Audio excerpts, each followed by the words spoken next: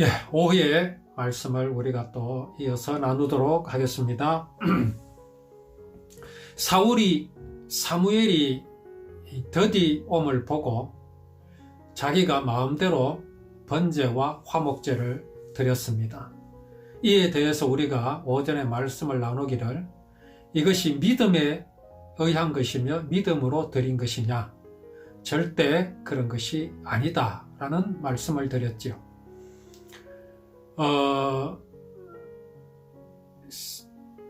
전에 이제 엘리 제사장 때에 블레셋이 쳐들어왔을 때에 그 이스라엘 백성들이 우리가 블레셋에 이렇게 패하고 우리가 전쟁에 이길 수 없는 것이 언약궤가 없어서 그렇다 하면서 그들이 언약궤를 그 전쟁터에다가 끌고 와서 그렇게 전쟁을 한 적이 있었습니다. 그러나 그들은 언약궤가 있었음에도 불구하고 크게 패한 적이 있었습니다. 그들 가운데 이스라엘 백성들이 믿음이 있어서 언약궤를 끌고 온 것이 아니라, 가져온 것이 아니라 언약궤를 한낱 부적으로 알고 그렇게 취급하여 버리는 그런 이스라엘의 모습을 보았습니다. 오늘 여기 사울이 하나님 앞에 번제와 화목제를 드리는 것도 역시 같은 맥락이었다라는 것을 우리는 분명히 알아야 합니다. 다시 말해서 믿음으로 드리는 것이 아니었다라는 것입니다. 사울이 이에 대해서 이렇게 말하지요. 내가 이르기를 블레셋 사람들이 나를 치러 길갈로 내려오겠거늘 내가 여호와께 은혜를 간구하지 못하였다고 하고 부득이하여 번제를 드렸다. 내가 여호와께 은혜를 간구한다라는 것이 누구에게 보이는 것입니까? 이스라엘 백성들에게 왕으로서 내가 하나님께 간구하는 모습을, 간절히 구하는 모습을 보여야 하겠다라는 그런 용도로 번제와 화목제를 드렸다라는 말을 지금 사울은 하고 있습니다. 번제와 화목제는 그런 용도로 드리는 것이 아닙니다. 번제와 화목제는 먼저 하나님의 구원의 언약을 믿음이 먼저입니다. 그리고 그 믿음을 하나님께 고백하여 보여드리는 것입니다. 또 그것을 실제로 양이나 소를 잡아서 드림으로써 그러한 모양과 모습으로 이루실 구원을 기억하기 위한 수단입니다. 그런데 사울은 뭐랍니까? 내가 그래도 이스라엘의 왕인데 백성들 앞에 내가 어떤 모습을 보여야 될 것인가?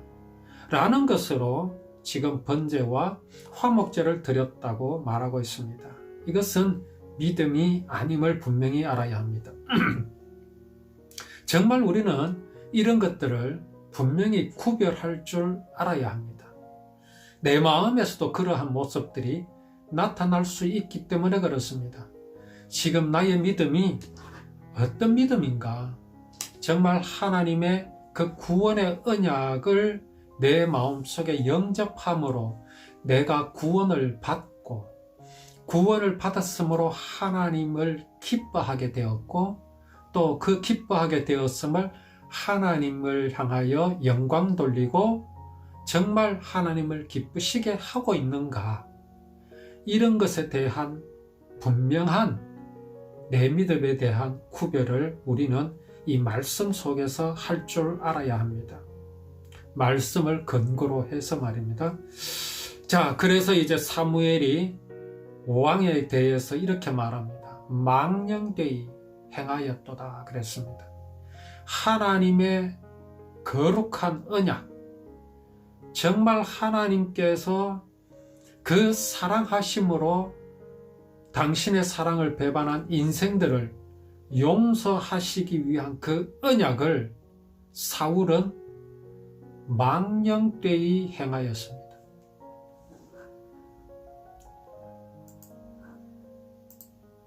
정말 이 사무엘은 그 사울이 하나님께 드린 그 제사에 대해서 이건 하나님께 드린 것이 아니다라고까지 말하고 있습니다. 참 바보 같은 짓을 하였다. 그렇게 사울에게 단호하게 말합니다. 정말 바보 같은 짓을 했습니다.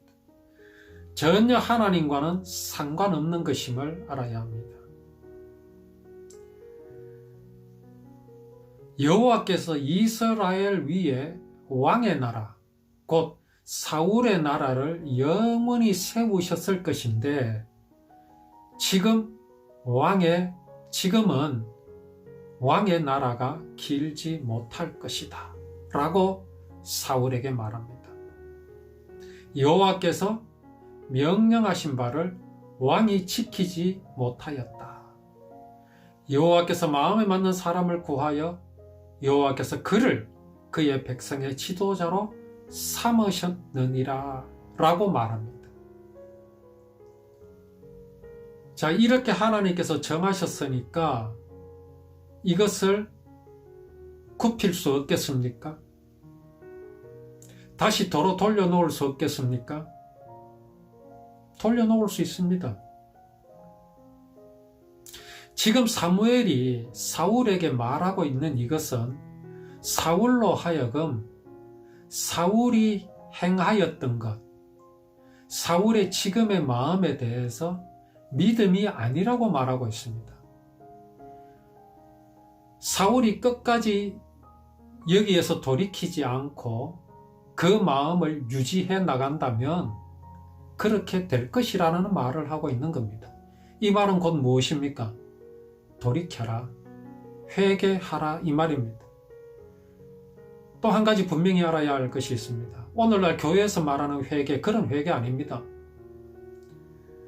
어제 지은 죄를 오늘 새벽에 나가서 내가 그 죄를 낱낱이 기억해내 가지고는 하나님 잘못했습니다, 그것도 눈물까지 흘려야 되는 그런 회개를 말하는 게 아니라 그건 회개가 아닙니다.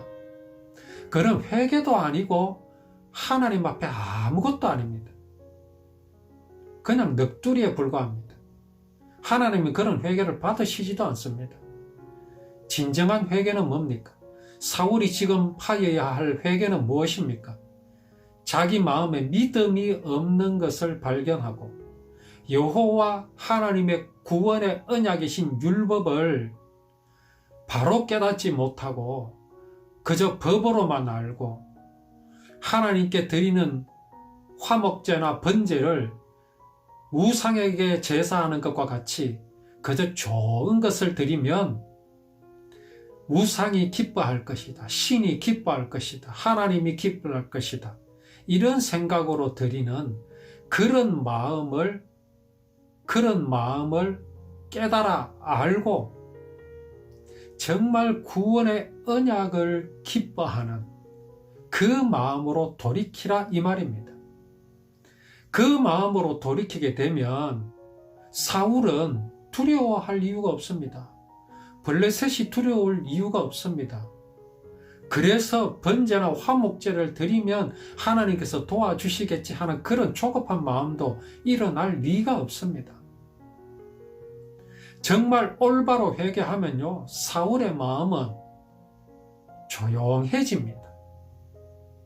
조급한 마음이 없습니다. 가만히 있게 됩니다. 누가 올 때까지요? 사무엘이 도착할 때까지.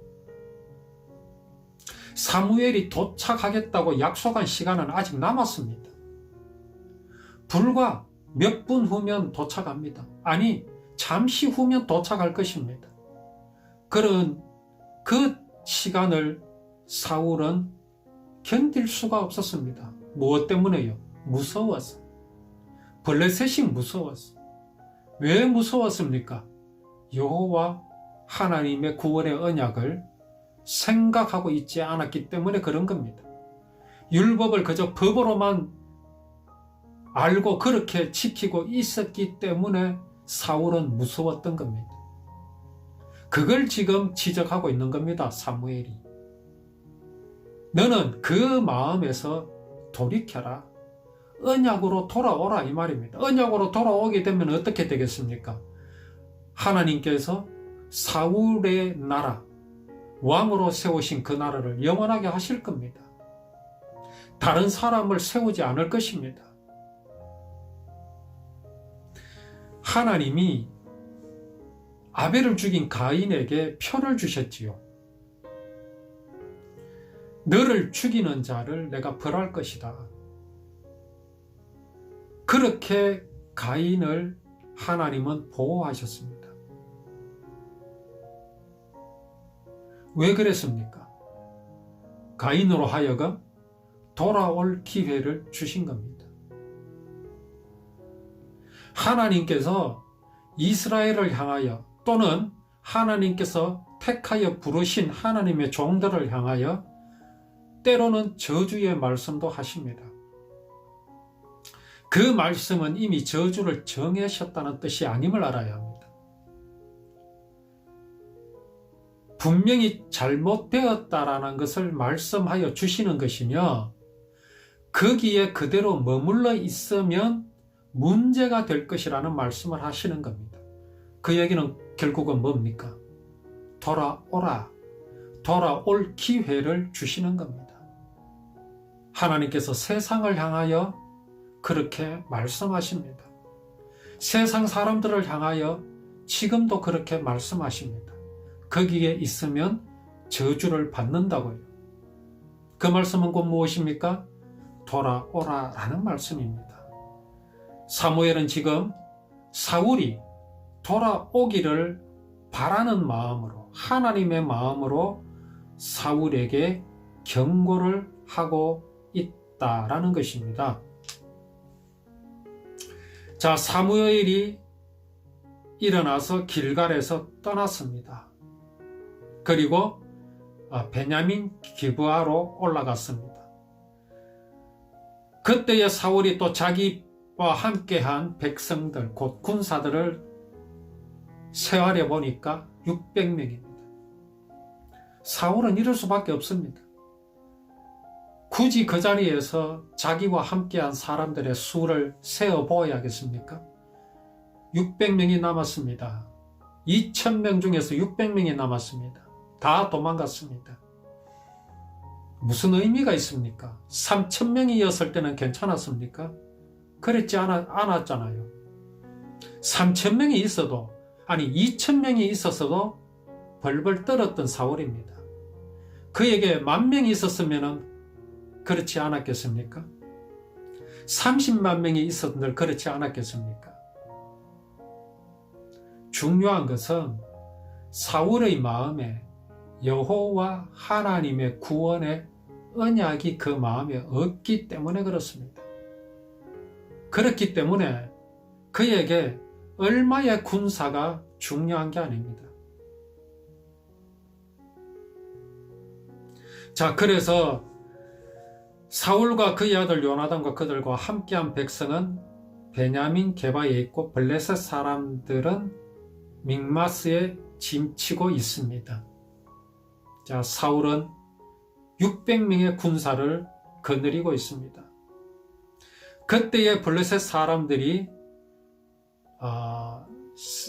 세 분대로 나누어 가지고 이스라엘을 향하여 이제 쳐들어옵니다.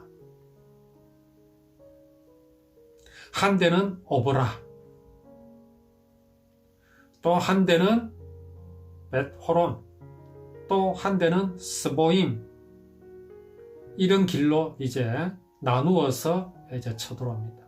그런데 지금 이스라엘에는 심각한 문제가 있습니다. 사무엘상 13장 19절에 이렇게 말씀하십니다. 그때에 이스라엘 온 땅에 철공이 없었으니 이는 블레셋 사람들이 말하기를 히브리 사람이 칼이나 창을 만들까 두렵다 하였습니다. 자, 이스라엘 백성들이 가나안 땅으로 들어왔습니다. 그들이 블레셋 사람들에게는 매우 위협이 되었습니다. 그들이 광야를 행진하고 요단강을 건너오면서 보니까 가나안 땅으로 들어오는데 보니까 그들에게 무기가 없다는 것을 발견했습니다. 자, 블레셋 사람들은 그런 이스라엘 백성들을 보고 어떤 생각이 들었을까요? 야, 저들이 40년 동안 광야를 지나오면서 수많은 적들을 만났는데 보니까 그들에게는 무기가 없었단 말입니다. 그런데 어떻게 저들이 가나안 땅까지, 그리고 마지막에는 여리고성을 물리쳤고 아이성을 물리치고 이 가나안 땅까지 들어왔을까? 놀랍지 않을 수가 없지요. 얼마나 위협이 되었겠습니까? 그런 저들에게 무기까지 더해지면 그야말로 이것은 걷잡을 수 없고 어떻게 할 수 없는 큰 힘을 가지게 될 것이라고 생각할 수밖에 없지요. 그래서 블레셋 사람들이 아마 대단한 꾀를 낸 것 같습니다. 아마 이스라엘 백성들에게 다가가서 이렇게 말했겠죠. 우리가 당신들에게 모든 철물들을 공급을 하겠다. 우리가 다 해줄 것이니 당신들은 굳이 그런 것들을 만들지 말아라. 쇠를 녹일 풀무나 또 주물, 형틀, 그런 거푸집을 만들지 마라. 우리가 다 해주겠다. 아주 싸게 공급해주겠다. 이렇게 아마 접근을 했을 수도 있습니다. 왜 그렇습니까? 이스라엘 백성들이 칼이나 창, 이런 무기들을 가지지 못하게 하기 위해서. 이런 건 오늘날도 일어나고 있는 그런 일들입니다. 선진국들은 자신들이 만든 최첨단 무기가 적들의 손이나 또 비록 우방이라 할지라도 그들의 손에 넘어가지 않기를 바라고 있습니다. 또 최근에 그 요소수 파동이 있지 않습니까? 우리나라도 요소수를 충분히 만들 수 있습니다. 그런데 지금은 중국으로 다 넘어갔습니다. 요소수를 만드는 과정에 폐기물이 참 많이 나온다고 합니다. 그러니 그 폐기물을 처리하는 비용, 이런저런 비용을 포함한다면 차라리 중국으로 넘기고 중국에서 생산된 요소수를 사서 쓰는 것이 경제적이란 판단에 의해서 그랬습니다. 그런데 지금 어떻습니까? 요소수가 무기가 되어버렸습니다. 지금 이스라엘이 그런 꼴을 당하고 있습니다. 그런데 중요한 것은 이스라엘에게 중요한 것은 무기가 아닙니다. 어떤 첨단 무기가 그들에게 무기가 될 수 없습니다. 사울왕을 보십시오. 2000명의 군사가 있던 600명의 군사가 있던 그는 여전히 마음이 약해 빠졌습니다. 여전히 겁이 많았습니다. 무엇이 없어 그랬습니까? 군사가 없었습니까? 무기가 없어서 그렇습니까? 아닙니다. 여호와 하나님께서 이스라엘 백성들을 통하여서 또 그들에게 주신 이 땅 가나안에서 구원을 이루실 하나님이신 것을 믿지 않았기 때문에 그런 겁니다. 그러니 그들에게 무기가 없는 것은 문제가 될 수 없습니다. 그러나 또 한 가지는 뭡니까? 그렇게 쉽게 블레셋 사람을 믿었다는 게 문제입니다. 하나님 뭐라고 그러셨습니까? 가나안 땅에 들어가면 복음으로 정복하라고 하지 않았습니까? 가나안 거민들을 다 멸하라고 하지 않았습니까? 그게 무슨 뜻이라고요? 복음으로 정복하라는 말씀입니다. 이스라엘 백성들에게는 뭐가 있습니까? 율법이 있지 않습니까? 세상의 법하고 다릅니다. 내용에는 같은 것들, 같은 모양들이 있지만, 그러나 세상의 법과 율법은 다릅니다. 율법은 구원을 이루실 것을 약속하신 것 아닙니까? 거기에 기록하여 지키게 하신 모든 모양과 모습들이 하나님께서 이스라엘 백성과 그들에게 주신 가나안 땅에서 이루실 구원 아닙니까? 이 구원을 이루시기까지 이스라엘은 결코 멸망하지 않습니다. 이게 이스라엘 백성들에게 큰 무기입니다. 자, 그렇다 할지라도 그들은 블레셋을 믿어서는 안 됩니다. 왜 그들을 믿고 그들에게 모든 것을 사서 공급을 받아서 쓰려고 하였느냐 이겁니다. 자주국방을 했어야지요. 자력갱생을 했어야 하는 거 아닙니까? 북한에서는 자력갱생하고 있는데 그것과는 다른 의미입니다. 하나님만을 믿어야 됩니다. 누구를 믿어야 됩니까? 이스라엘 백성들은 블레셋을 믿은 겁니다. 그 사람들을 믿은 겁니다. 사실 가나안 사람들이요, 참 신사적이었습니다. 그 옛날 그들의 조상 아브라함에게 베풀었던 그 친절이 있지 않습니까? 아브라함의 아내 사라가 죽었을 때에 막벨라 굴, 그 땅을 가나안 사람들은 아브라함에게 거저 주려 했습니다.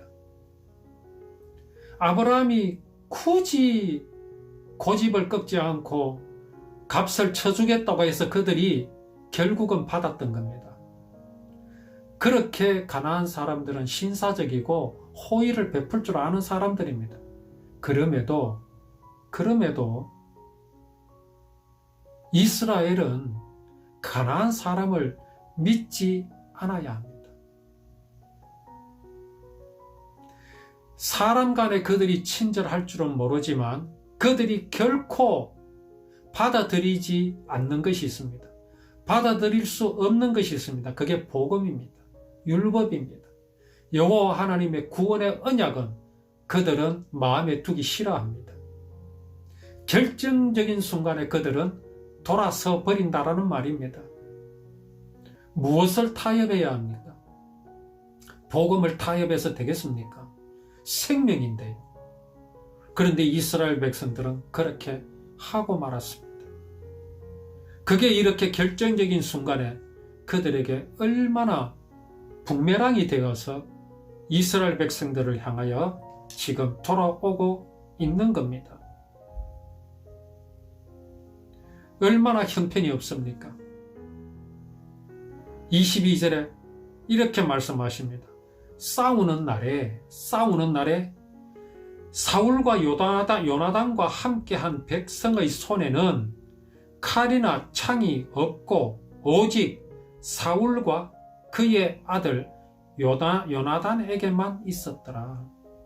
이 말씀은 우리에게 무엇을 보여주시고자 하십니까? 적들과 이스라엘의 적, 곧 여호와 하나님의 율법을 마음에 두기 싫어하는 적들과 싸우면은 무기가 필요 없다라는 겁니다. 무기가 필요한 게 아닙니다. 왜 그렇습니까? 전쟁은 하나님께서 하시는 것이기 때문에 그렇습니다. 이것을 보여주십니다. 또 한 가지는 뭡니까? 참 어리석은 모습을 보여줍니다.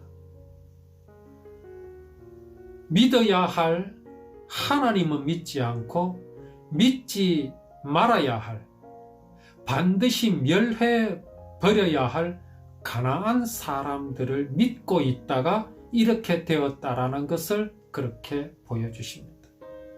두 가지를 보여주십니다.